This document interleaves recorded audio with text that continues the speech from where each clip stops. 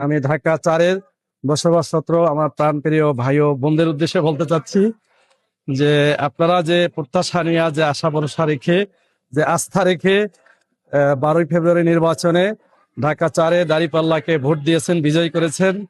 সেই প্রত্যাশার জায়গাকে অক্ষুণ্ণ রেখে আমি যাবতীয় কার্যক্রম এই ঢাকা 4-এ পরিচালনা করবে ইনশাআল্লাহ।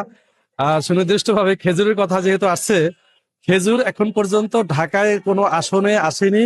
ঢাকার বাইরেও গতকালকের আমাদের সংসদ অধিবেশন ছিল, আমি অনেক এমপি মন্ত্রীদের সাথে কথা বলেছি, তারা আসলে কেউ খেজুর পায়নি।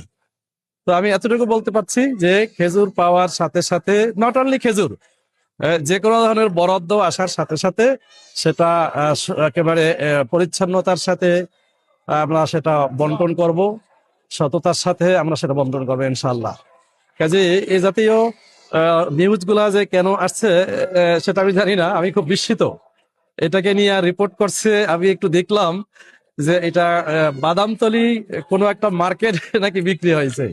আহ, যাই হোক, এটা মিথ্যাচারেরও তো একটা থাকে, মানে মাত্রা থাকে।